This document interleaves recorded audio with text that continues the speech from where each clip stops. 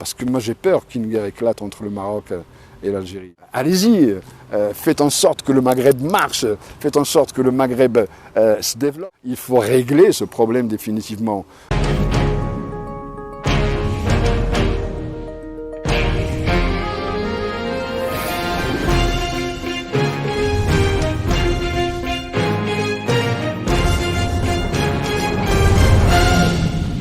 Bonjour les amis, Abdelatif raconte, ça fait longtemps, mais il vaut mieux tard que jamais. Je reviens avec un sujet que j'ai hésité franchement à développer. C'est un sujet clivant, c'est un sujet très sensible, c'est un sujet qui m'implique personnellement, vu mes origines marocaines. C'est un sujet, quand on en parle, il faut faire vraiment attention, parce que d'un côté on vous dira c'est manque d'impartialité, de l'autre côté on vous dira nationalisme aberrant et autres. Mais je vais quand même sauter le pas et je vais en parler, c'est la crise éternelle entre l'Algérie et le Maroc. Une crise qui a débuté depuis très très longtemps, qui a ses origines avant même l'indépendance de l'Algérie, la création d'un État algérien, qui a débuté au temps du roi Mohamed V, avec, si vous vous rappelez, et je le rappelle un petit peu, c'est cet avion affrété par le Maroc dans lequel il y avait une délégation du FLN qui devait se rendre en Tunisie et qui finalement, l'avion a été détourné par les Français et atterri en Algérie. Beaucoup de gens dans le temps avaient cru que c'était un coup du prince héritier Moulay Hassan, c'est-à-dire feu Hassan II. Après, il y a eu le problème de la frontière qui a été déplacée au détriment du Maroc par les Français. Les amis et les frères algériens ont dit aux Marocains qu'il n'y a pas de souci, dès qu'ils obtiennent leur indépendance, ça se réglera entre frères, ça n'a jamais été le cas. Il y a eu cette guerre des sables, et puis il y a eu le gros dossier qui inquiète depuis plus de 40 ans, c'est le dossier du Sahara. Le Maroc et l'Algérie, ce sont une histoire commune, une langue commune, une géographie commune, des traditions communes. C'est-à-dire qu'il y a normalement plus de choses pour les unir que pour les séparer. Et pourtant, on voit qu'on est arrivé au summum des ingérences, au summum de tous les coups bas. L'Algérie, si on revient sur le Sahara, a fait de cette affaire-là une affaire nationale, comme s'il s'agissait d'un territoire lui appartenant. L'Algérie ne se comporte pas, comme elle essaie de nous le dire, comme juste le champion des causes mondialistes, comme le champion de tous les opprimés dans ce monde, comme le champion de ceux qui revendiquent un territoire. Non, il se comporte comme un pays qui défend un bout de territoire lui appartenant, et c'est de ce fait qu'ils ont tout fait pour nuire diplomatiquement au Maroc, nuire économiquement au Maroc. Il y a un effort qui est déployé par les Algériens, par le gouvernement algérien. Alors, il faut se l'avouer aussi, il doit y avoir une partie du peuple algérien qui est aussi soutien donc, de la junte militaire et du pouvoir en place, et qui soutient cette politique inamicale, pour ne pas dire autre chose. L'Algérie a fait rater au Maghreb, c'est-à-dire le Maroc, la Tunisie, la Libye et la Mauritanie, il leur a fait rater un point d'histoire. Le point d'histoire, c'était ce Maghreb qui devait unir les 5 pays, créer un grand marché maghrébin, créer une entente maghrébine dans tous les domaines, domaine de la recherche, domaine du commerce, domaine des échanges.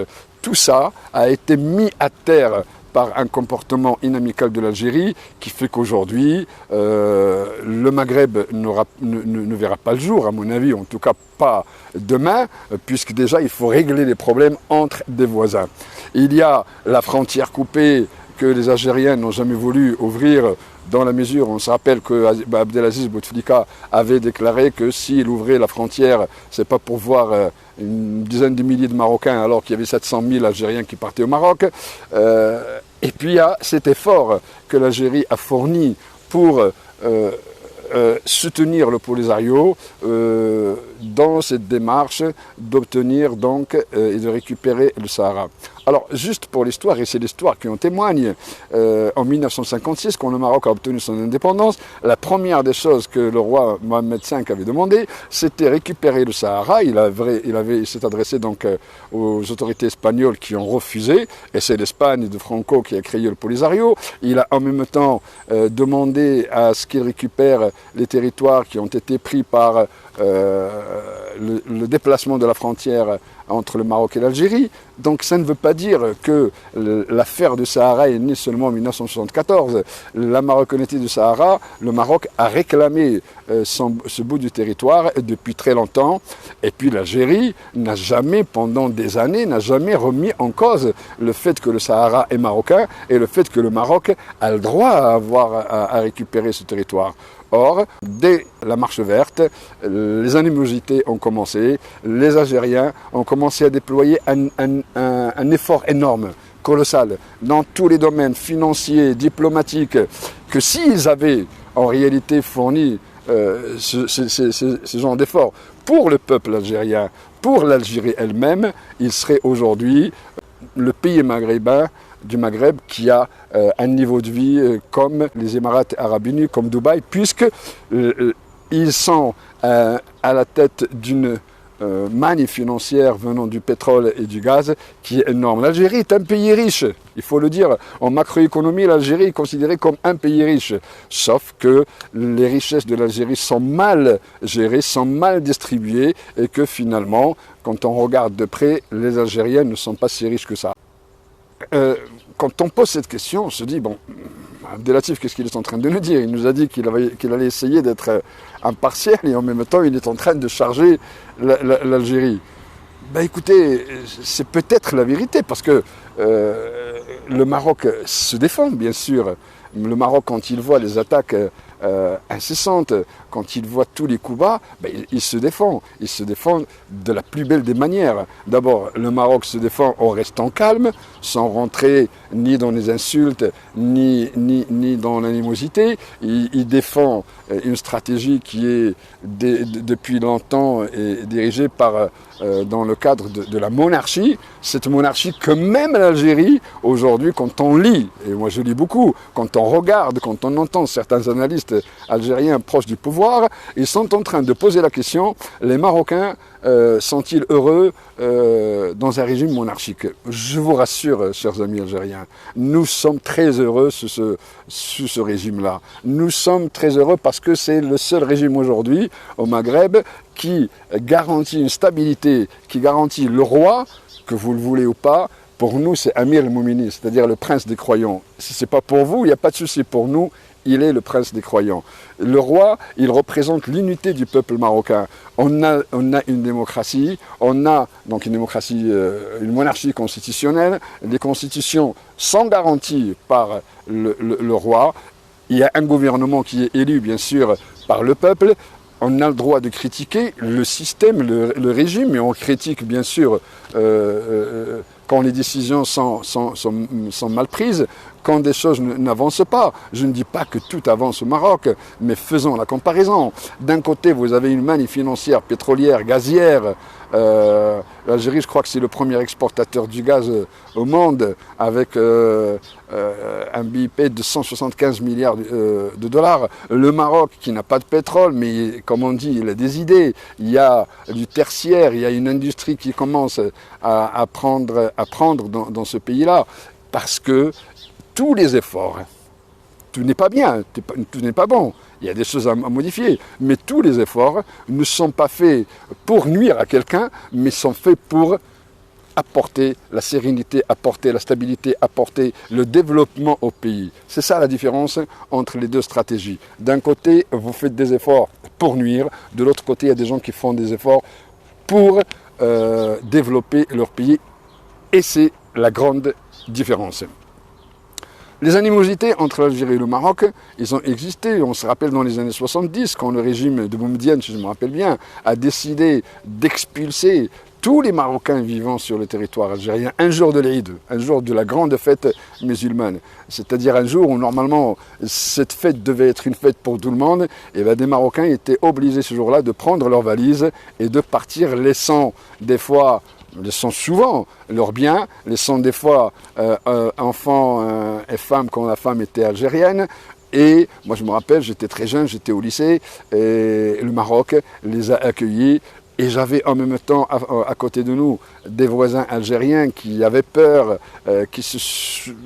qui avaient l'impression qu'à un moment donné on allait, nous, Marocains et le régime et le gouvernement marocain, allaient tout simplement les traiter de la même manière. Ben non, pas du tout. Ces gens-là, ils sont restés jusqu'au moment où ils avaient décidé d'eux-mêmes de rentrer en Algérie.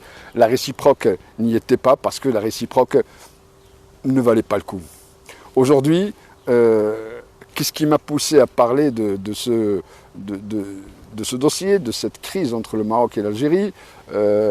C'est la décision de l'Algérie il y a quelques jours de mettre fin à un accord qui date de 2002 entre elle et l'Espagne. Un accord d'amitié, un accord de coopération dans plein de domaines. Et c'est la réaction du gouvernement algérien pour la volte-face, pour ce qu'ils appellent la volte-face espagnole dans le dossier du Sahara. Ben, il se trouve que peut-être en ce moment ils sont en train de revenir un peu en arrière parce qu'il y a une solidarité européenne qui fait que l'Algérie se trouve un petit peu esselée. La question que je me pose, jusqu'où peut aller l'Algérie pour régler ses comptes avec le Maroc? Jusqu'où peut-elle aller? Déjà, elle a rompu ses relations diplomatiques avec le Maroc, elle a interdit son espace aérien aux avions marocains, elle a, à un moment donné, pour punir la France, interdit aussi l'espace aérien aux avions militaires français. Je me pose la question, jusqu'où les Algériens peuvent-ils aller, le gouvernement algérien bien sûr, peut-il aller pour régler ces problèmes avec le Maroc, un problème qui n'existe pas. Parce qu'on sait qu'il y avait un moment donné, au temps de Boumedienne, vous pouvez aller regarder, Boumedienne a déclaré que si le Maroc et la Mauritanie voulaient récupérer le Sahara, l'Algérie elle sera derrière eux, derrière les deux pays. J'ai l'impression que depuis l'arrivée de Tebboune, Abdelmajid Tebboune à la tête de l'État algérien, les choses se sont compliquées un peu plus. Alors j'ai essayé de comprendre un petit peu, est-ce que Tebboune il a un problème spécifique avec le Maroc? Je ne sais pas, Bouteflika est né au Maroc, Boudiaf a vécu au Maroc, beaucoup de présidents algériens ou sont nés au Maroc ou ils ont vécu très longtemps au Maroc. Et il n'avait jamais montré autant d'agressivité avec le Maroc. On le voit dans toutes ses interventions, il n'y a pas une seule intervention où le président algérien ne parle pas du Maroc en disant ceux de ce côté-là. C'est-à-dire que même prononcer le mot Maroc, ça l'étouffe quelque part. Est-ce que les Marocains ont fait aussi des erreurs dans ce dossier-là? Est-ce que les Marocains est-ce qu'on peut reprocher quelque chose aux Marocains? J'ai beau chercher, à part peut-être la sortie de Filali, le représentant permanent du Maroc à l'ONU, qui à un moment donné a soulevé la question de la Kabylie. D'ailleurs, quelques heures ou quelques jours après, la diplomatie marocaine et Bourguiba se sont désolidarisés de Filali pour dire que le Maroc ne s'immisce pas dans les affaires intérieures marocaines. Chers amis algériens, je vous le demande, au nom de ce qui nous unit, ce que je venais de dire, cette géographie commune, cette histoire commune, cette langue commune, cette religion commune, cette tradition commune, je vous demande humblement de réfléchir, de dire que l'avenir ne peut pas être fait par des guerres. Parce que moi j'ai peur qu'une guerre éclate entre le Maroc et l'Algérie. Et s'il y a une guerre qui éclate entre le Maroc et l'Algérie, ça va être une guerre qui va englober toute la région, puisque personne ne peut rester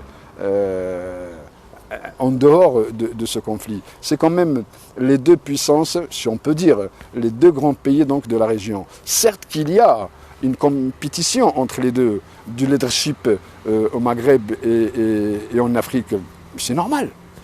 Les compétitions sont là pour être gagnées, mais les compétitions doivent être gagnées en respectant en respectant pas des lois, mais en respectant certaines règles du jeu. Allez-y, faites en sorte que le Maghreb marche, faites en sorte que le Maghreb se développe. Et pour que le Maghreb se développe, il faut qu'il connaisse d'abord une stabilité dans chacun des pays. Or, on voit aujourd'hui qu'il y a quelques soucis, beaucoup de soucis en Libye, quelques soucis en Tunisie, faisant que le Maroc et l'Algérie soient cette locomotive pour ce Maghreb, mais pour ça, il faut régler ce problème définitivement. Le Maroc, vous le savez, tout le monde le sait, ne reviendra jamais sur le Sahara. C'est une affaire qui est dans l'ADN de tout Marocain. C'est une affaire qui est aller demander aux Sahraouis eux-mêmes aujourd'hui qui habitent à Laayoune, qui habitent à Dakhla, aller demander les investissements qui ont été faits là-dedans, aller voir comment ils vivent. Allez voir comment ils vivent. Le Polisario, ce sont des Marocains qui ont trahi, certainement. Ils ont trahi. Comment vous pouvez, vous, Algériens, mettre tout ce poids, mettre tous ces efforts, mettre tout cet argent-là pour une cause qui n'est pas la vôtre? Parce que ce n'est pas votre cause. Toutes les causes qui ont été gagnées par intermédiaires ne marchent pas. Ne marchent pas. Et les exemples, ils sont nombreux dans ce monde. Ceux qui ont la conviction qu'ils défendent une cause, oui, eux, ils finissent par gagner. Prenez juste l'exemple de la guerre entre Poutine, la Russie de Poutine et l'Ukraine. Deuxième armée du monde, 23e armée du monde. Tout le monde avait prévu que ça allait durer une semaine, 15 jours. Mais la détermination de certains, de ceux qui défendent leur territoire, c'est-à-dire les Ukrainiens, a dépassé les armes et la puissance de ceux qui sont en face. Chers amis, il est temps peut-être de mettre fin à cette querelle qui a assez duré. Il est peut-être temps d'ouvrir les frontières. Il n'y a pas de souci. Vous ne pouvez pas éternellement faire du Sahara une cause pour cacher ce qui se passe en Algérie, parce qu'on sait qu'il y a des problèmes comme au Maroc, il y a des problèmes d'approvisionnement, des problèmes de pauvreté, ça il y en a dans les deux pays. Mais au lieu d'essayer de les cacher en montrant qu'il y a en face quelqu'un qui est responsable, quand on voit, certainement pas de la bouche du président Abdelmajid Tebboune, mais certains commentateurs qui sont autorisés bien sûr, quand on voit qu'ils ont mis le Maroc en cause parce que l'Algérie a perdu des matchs pendant la CAN, quand on voit qu'ils ont mis le Maroc en cause parce que l'Algérie a perdu un match de barrage, c'est-à-dire que quel que soit le domaine, il y a toujours ce coupable, et ce coupable c'est le Maroc. Et puis bon, bien sûr, de l'autre côté, on sait qu'il y a des journaux au Maroc qui sont un peu excessifs dans leurs attaques. On sait aussi en Algérie, par contre, et ça je le vois tous les jours, je regarde, j'essaie de m'informer, on dépasse l'agressivité, on va vers l'insulte, on va vers, mais vraiment l'insulte. Dans certains cas, sur certains plateaux de certaines télévisions algériennes, c'est une insulte vis-à-vis du Maroc. Je passe pays narcotrafiquants, pays ceci, pays cela. Il y a un moment donné où il faut peut-être revenir vers l'avenir. Il ne faut jamais, d'ailleurs, insulter l'avenir. Donc il faut faire attention à ce qu'on dit aujourd'hui, de manière à ce que si demain on doit se serrer la main, et que si le gouvernement doit se serrer la main pour mettre fin à cette querelle, on puisse le faire sur de bonnes bases. Merci mes amis, n'oubliez pas de liker, n'oubliez pas de vous abonner. À bientôt, Abdelatif Raconte vous dit bien à vous là où vous êtes.